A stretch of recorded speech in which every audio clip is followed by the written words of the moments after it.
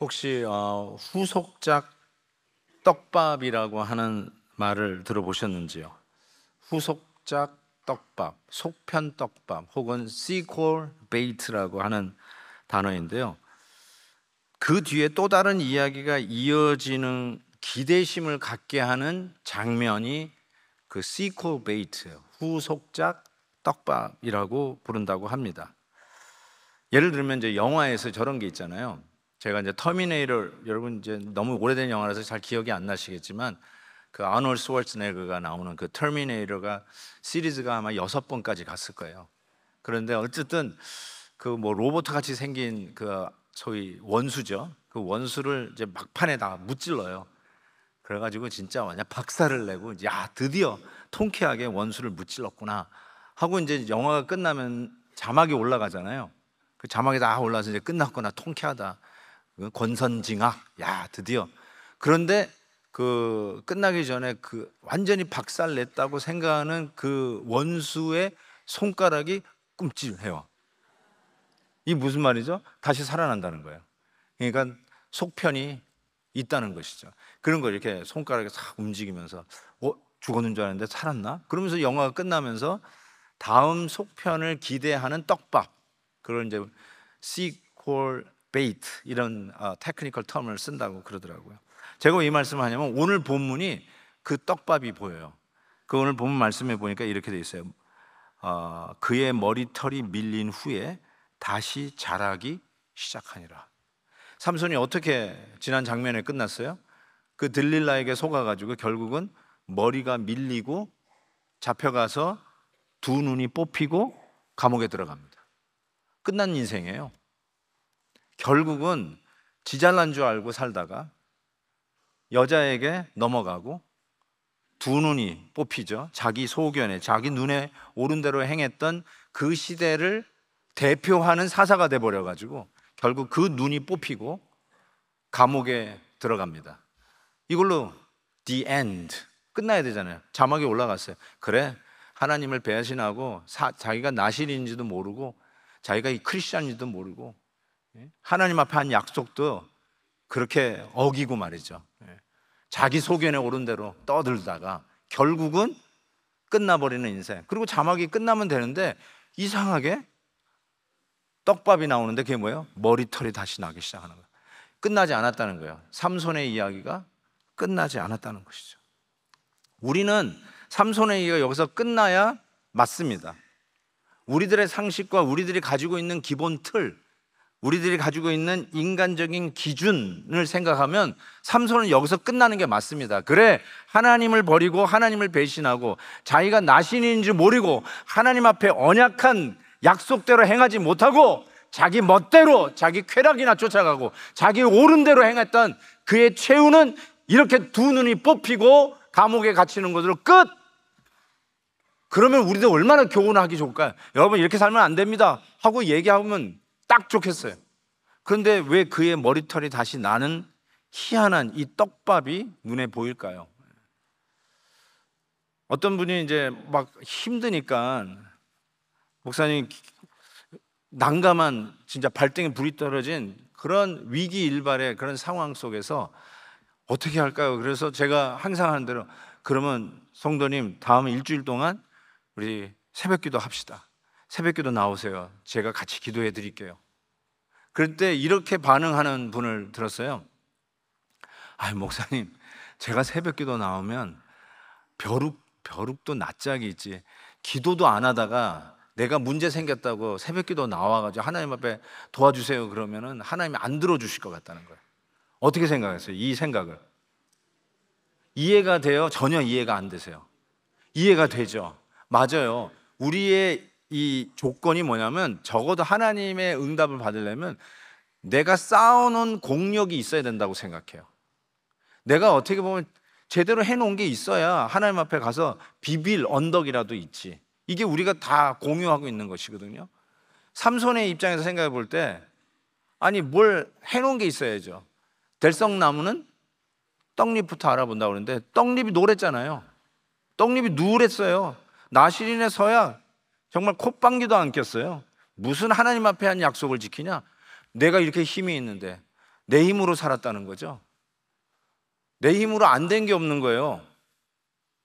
내가 머리가 IQ가 130이 넘어요. 내가 한 달 하면 다 했어요. 저 대학에 떨어진 적 없어요. 저 인류대학에 들어갔어요. 내가 좋은 회사도 다 들어갔어요. 내가 원하는 미국까지도 왔어요. 내가 뭐가 부족하다고. 그러면서 자기가 옳은 대로 자기의 능력대로 모든 걸 다 해왔단 말이죠. 그러니까 실력이 있구나. 그래도 공부를 차근차근 했구나. 뭐 요행이나 바라고 이렇게 뭐 명문대 간 것도 아니고요. 운이 좋아가지고 좋은 직장에 간 것도 아니고 실력을 차곡차곡 찾았다는 거죠. 그러니까 들썩나무는 떡잎부터 알아본다고, 차곡차곡 실력을 쌓아가지고 드디어 그 결과를 손에 거머쥐었구나. 이게 우리들이 알고 있는 상식이잖아요. 그러니까 아무것도 하지 못한 들썩나무도 아닌 그 떡잎부터 누랬던 삼손이 이렇게 비극으로 끝나는 거, 이건 당연한 거 아니겠어요? 우리가 가지고 있는 이 박스, 우리가 생각하고 있는 인간적인 조건에 딱 부합하지 않아요? 그래서 우리도 가지고 있는 거, 자업자득, 지가 뿌린 씨야 자기가 얻는 거죠. 인과응보, cause and effect, 이게 우리 안에 깰 수 없는 룰이거든요. 이게 면면이 흐르고 있잖아요. 이걸로 우리가 해석을 하고 이걸로 이해를 하고 당연하다 이렇게 얘기를 하지 않습니까? 제가 좋아하는 사운드 오브 뮤직 그 영화, 이제는 고전이 돼가지고 많은 분들이 사운드 오브 뮤직 영화 안 보신 분? 다 보셨나요? 사운드, 줄리 앤드루스, 또 크리스토퍼 플러머, 그 두 사람이 이제 연애를 하게 되잖아요. 그러면서 두 사람이 부르는 노래 가사 여러분 기억나시는가요? 그러면서 이렇게 불렀던 것 같아요. 내가 당신 같은 사람을 만나서 결혼하는 걸 보니까 Somewhere in my youth or childhood, Somewhere in my youth or childhood. 그 다음에 뭔지 아세요? I must have done something good. 내가 어렸을 때 뭔가 잘했나 봐. 그러니까 당신 같은 사람 만났나 봐. 이게 우리가 이해하는 거예요. 이게 동양 사상이 아니에요. 서양도 마찬가지예요. 이렇게 좋은 일이 있는 거 보니까 I have done something good in my childhood. 내가 어렸을 때 뭔가 잘한 일이 있으니까 그거에 대한 대가로 이런 일이 있다. 이게 우리가 가지고 있는 cause and effect, 당연한 사필귀정, 뭐라고 얘기하든지 다 그런 거 아니겠어요? 우리도 뭐 좋은 아내, 사랑스러운 아내를 만나면 우리가 하는 말, 저 남자 전생에 나라를 구한다. 아니 어떻게 성도님들 그런 얘기를 다 하세요? We don't believe in 전생. Come on.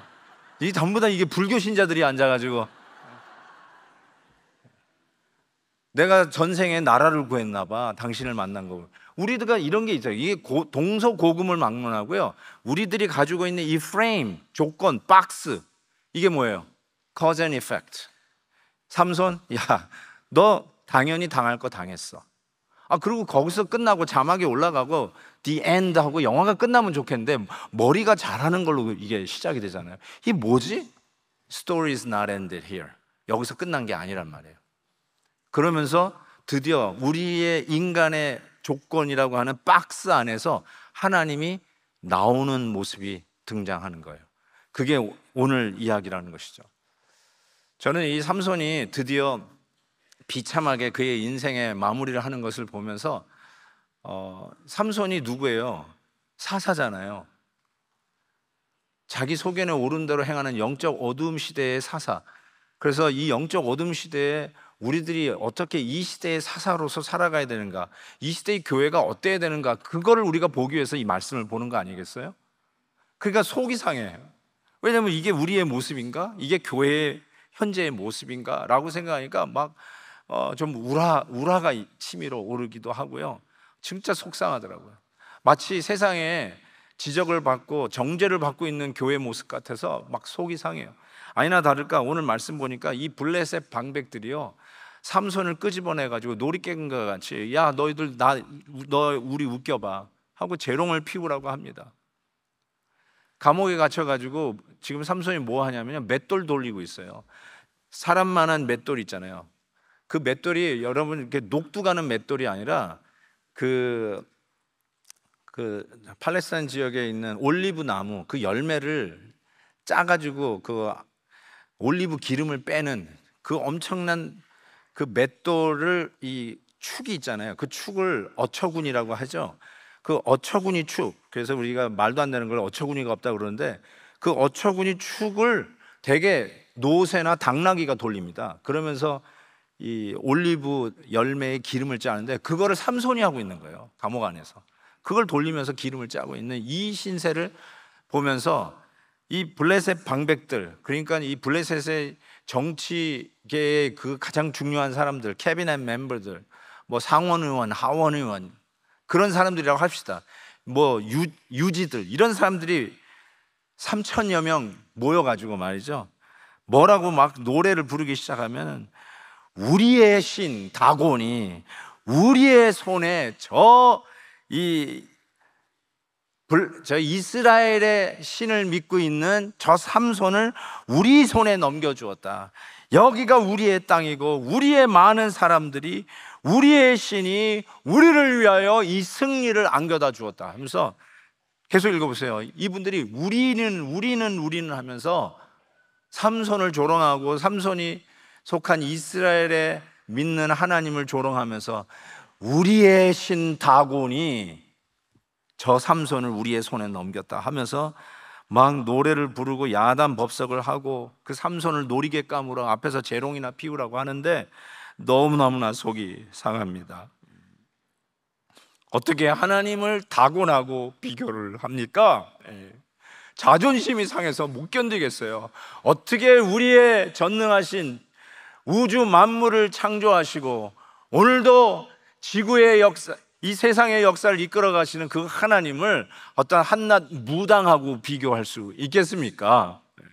어떻게 하나님의 이름이 이렇게 땅에 떨어지도록 우리가 살 수 있겠냐는 것이죠. 너무나 속이 상하는 거죠.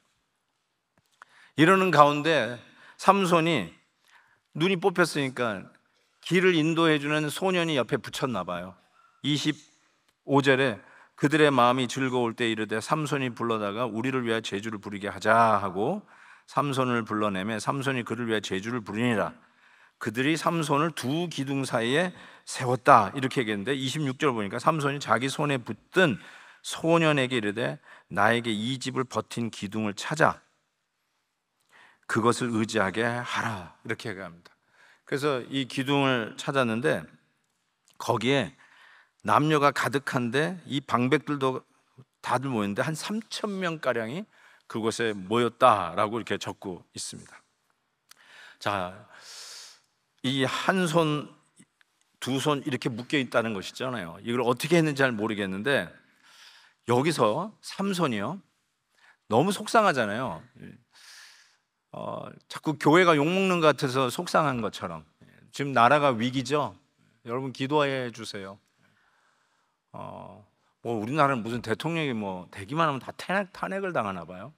뭐 창피해서 얘기를 못 하겠어요, 외국 사람들에게. 진짜 기도해야 돼요, 여러분. 성도들이 기도 안 한 죄예요. 어쩌면 이렇게 나라가 어지러운 게 우리가 기도 안 한 죄라고요. 뭐 누구에게 손가락질 하겠습니까? 창피해서요. 너무너무나 정말 부끄러워요. 그래도 우리나라가 국회가 기도하고 시작한 국회라고 얘기하잖아요. 여러분이 싫든 좋든 우리나라 재헌국회가 기도로 시작했다고 적혀 있잖아요. That's the fact. 그런 의미에서 하나님께서 보호하사 우리나라 만세 되기 위해서 시작한 나라구나, 이런 어떤 프라이드를 가지고 우리 나라를 향한 계속한 기도가 있어야 되지 않겠어요?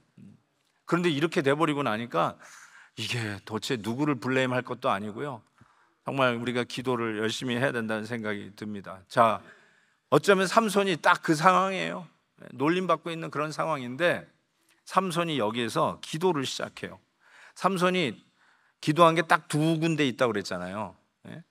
자기 목말라가지고 으이씨 하고 기도한 거, 그리고 나서 눈 뽑히고 나서 한 기도, 두 번째 기도, 이 기도예요. 여기서 이 기도를 어떻게 하는지 한번 보십시오. 이렇게 기도해요. 삼손이 여호와께 부르짖어 이르되 주 여호와여 구하옵나니 나를 생각하옵소서. 저는 이걸 읽으면서 그냥 울컥했어요. 왜 그러냐면 그냥 기도가 이럴 수 있어요. 여호와여, 그러니까 우리 식으로 하면 하나님 기도합니다, 이렇게 이야기할 수 있는데 저 이렇게 쓰있잖아요. 앞에 주자가 붙잖아요. 주 여호와여 하는데 저는 이렇게 울컥하더라고요. 주 아도나이 이렇게 부르는데 삼손의 마음을 알 것 같아요. 여러분 만약에 기도하는데 뭐 오늘 백장로님 기도 잘해 주셨지만 대표 기도자가 여기 나와서 기도하는데 온 우주 만물의 신이시여 기도합니다, 이렇게 기도했다면, 그런 분 한 분도 안 계세요? 그러면 저는 분명히 알 거예요. 저분은 하나님을 모르는구나. 하나님을 만나본 적이 없는 사람이에요. 뭘 오 신이시에요? 우리는 어떻게 기도합니까? 하나님 아버지, 그 크신 우주 만물의 하나님을 우리가 어떻게 부르냐면 아버지라고 부를 때 그 마음의 가난함을 느끼기 시작해요.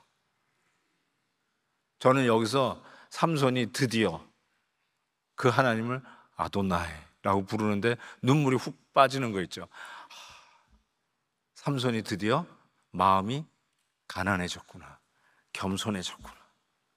자기 힘으로 모든 것을 불가능이 없다 생각하고 착각하고 모든 것은 내 힘으로 해, 내가 다 할 수 있어, 뭐가 문제야, I'll solve it, 그 일 I'll do it, no problem, 그러면서 자기 인생을 살았잖아요.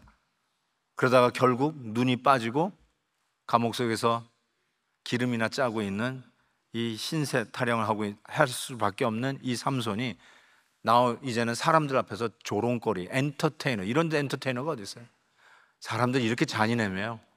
아무리 그래도 그렇지 눈 빠진 장애인에게 우리를 즐겁게 하라고 엔터테인을 시키는 게 어디 있습니까? 사람들이 잔인한 것 같아요. 사자밥이 되는 거를 인조이하고 있던 로마 시민들, 어떻게 아무리 유태인이 싫어도 그렇지, 하나님을 믿는 사람이 싫어도 그렇지, 어떻게 그런 거를 인조이하죠? 인간들이? 사람이 그렇게 잔인한가 봐요.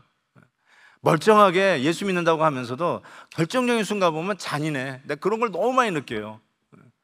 야, 정말 죄인이구나 사람들이.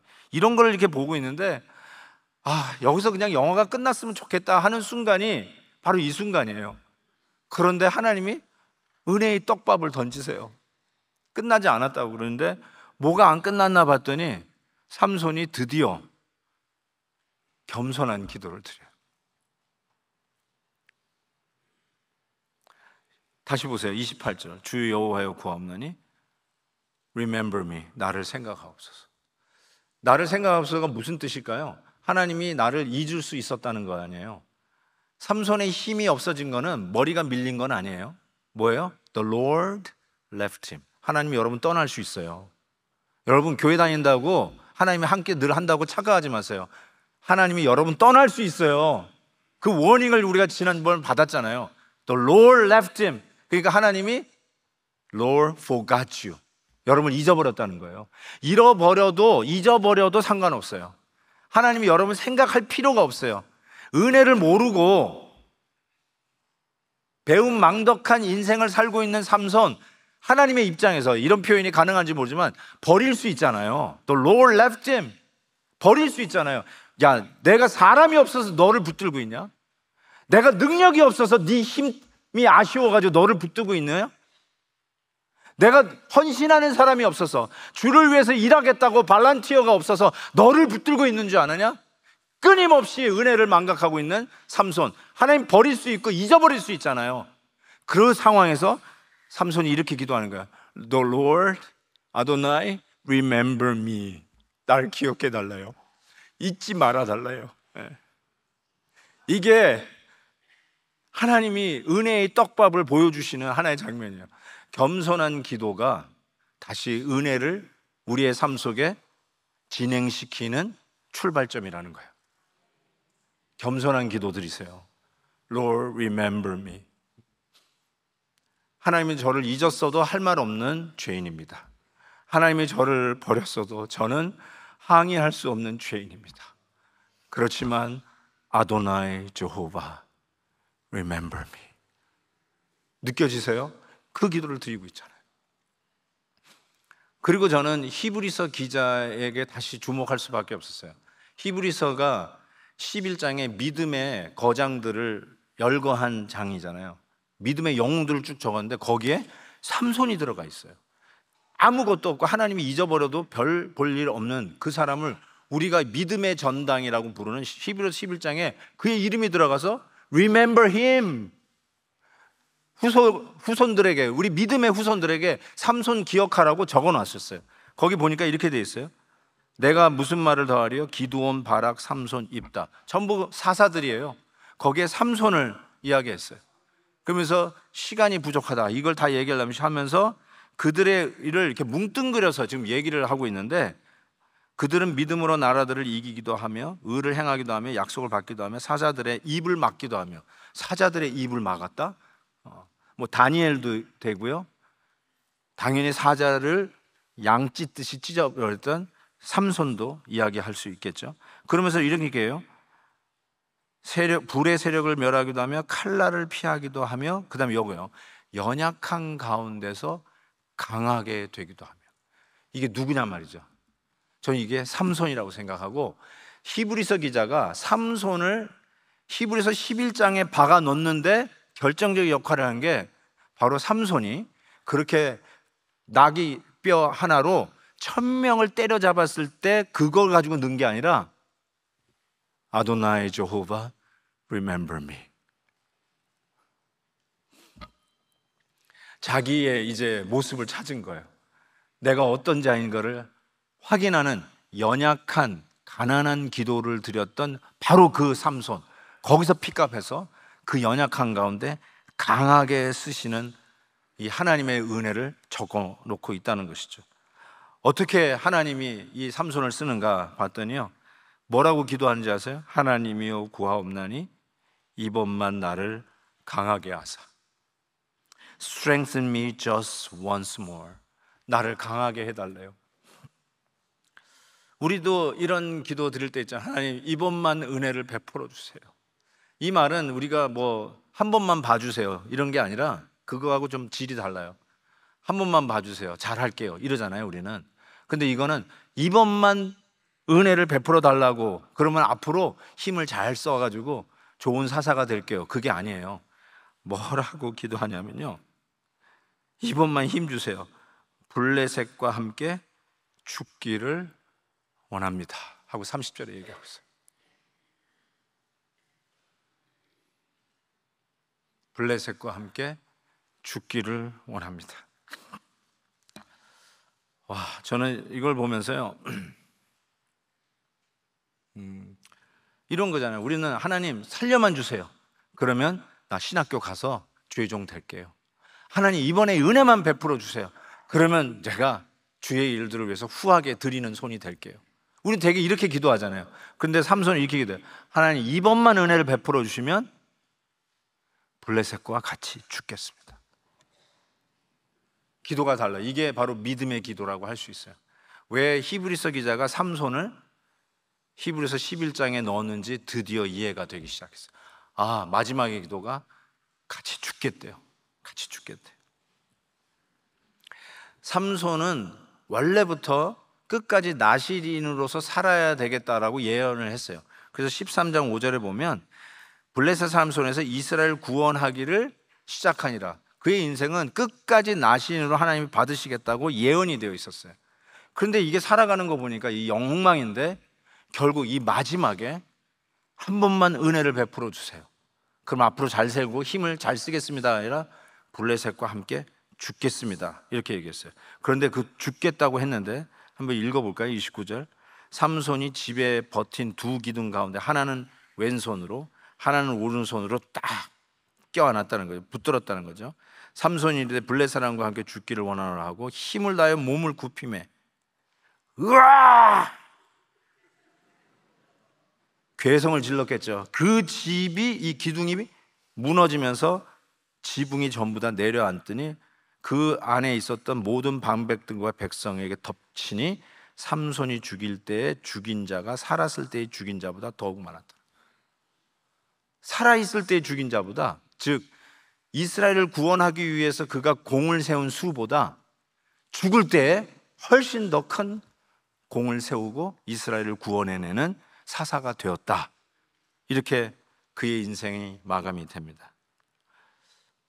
이게 무슨 성공인가? 이게 무슨 우리가 본받을 모습인가? 이렇게 생각하실 수 있는데, 저는 여기서 삼손의 이 마지막이 우리 예수님의 마지막하고 너무나 비슷해요. 그래서 감동이 돼요. 마지막에 묶인 모습도 비슷해. 기둥에 묶여있던 삼손 이 모습하고 예수님 십자가에서 박히신 모습이 너무나 비슷해요. 들릴라에게 배신을 당하고 그는 눈이 뽑혔어요. 예수님이 그의 제자 가룟 유다에게 배신 당한 거하고 너무나도 비슷합니다. 삼손이 죽음으로 인해서 실은 가장 큰 구원을 이루어냈듯이, 사탄은 자기네들이 이겼다고 쾌재를 부리던 예수 그리스도의 십자가 선상에서 예수님은 만유를 구원해내시는, 그리고 잊어버려도 괜찮은, 하나님이 여러분을 기억 안 해도 항의할 수 없는 저와 여러분을 그 십자가에서 구원해내셨어요. 그래서 베드로전서 3장 18절 보면 그리스도께서도 단번에 죄를 위하여 죽으사, 이 단번에라고 하는 단어가요, 삼손이 단번에 기둥을 무너뜨린 단어하고 똑같은 거 아세요? Once for all. 단번에 무너뜨려서 우리를 구원해내신 사건을 설명하고 있어요. 또 골로새서 2장 15절에도 보면 통치자들과 권세들을 무력화하여 드러내어 구경거리로 삼으시고 십자가로 그들을 이기셨다라고 말씀하고 있어요. 진 것 같았는데, 삼손이 죽으면서 드디어 끝났구나라고 했는데, 실은 죽으면서 이루신 구원의 역사는 그가 살아있을 때보다 비교도 할 수 없이 컸던 것처럼 예수 그리스도의 십자가의 은혜의 떡밥이 저와 여러분을 살리시는 은총이 되었다는 사실이죠. 이런 말이 있잖아요. victorious defeat. 이게 말이 안 되는 말이지만 우리가 쓸 수 있다면 victorious defeat. 패배지만 승리의 패배였죠. 승리를 예감하는 패배였죠. 구원의 승리를 예감하는 패배. 내가 블레셋과 함께 죽기를 원하나이다. 예수님께서 할 수만 있으면 이 잔을 내게서 옮기시옵소서. 그러나 내 뜻대로 마옵시고 아버지의 뜻대로 하옵소서. 그것이 우리를 살리셨다는 것이죠. 저는 이 시리즈 되면은 좋아하는 그림이 하나 있어요. 제가 카톡 푸사도 이걸로 크리스마스 때는 바꾸는데요, 바로 이거예요. This is the season. 그렇죠? 우리가 저거 우리 집 문 앞에도 저기 걸려 있어요. 근데 actually this is the reason.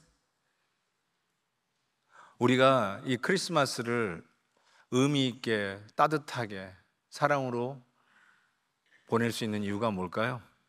예수 그리스도의 십자가 때문이 아닌가요?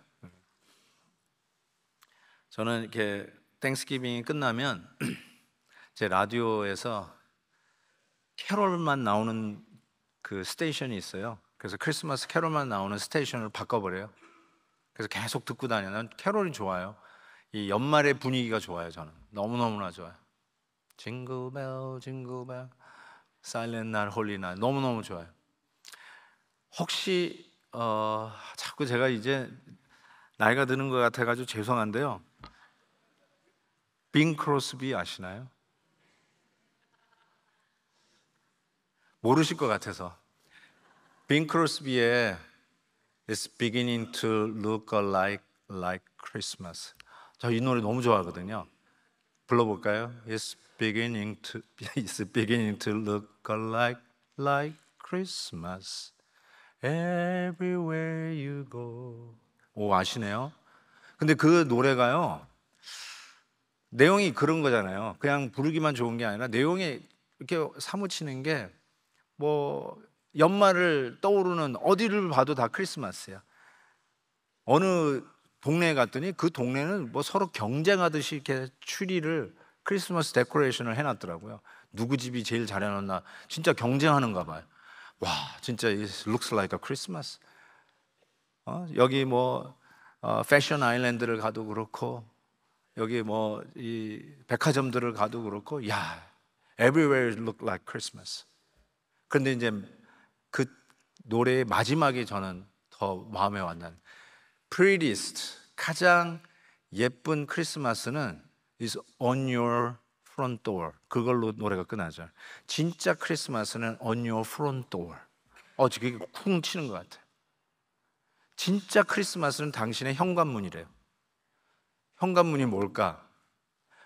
집 떠났던 애들이 이 시즌에 돌아오면서 엄마 아빠에게 주는 선물 이렇게 싸가지고 들어와서 그 현관에서 웰컴 홈 하면서 아들 딸을 맞이하는 그 현관문.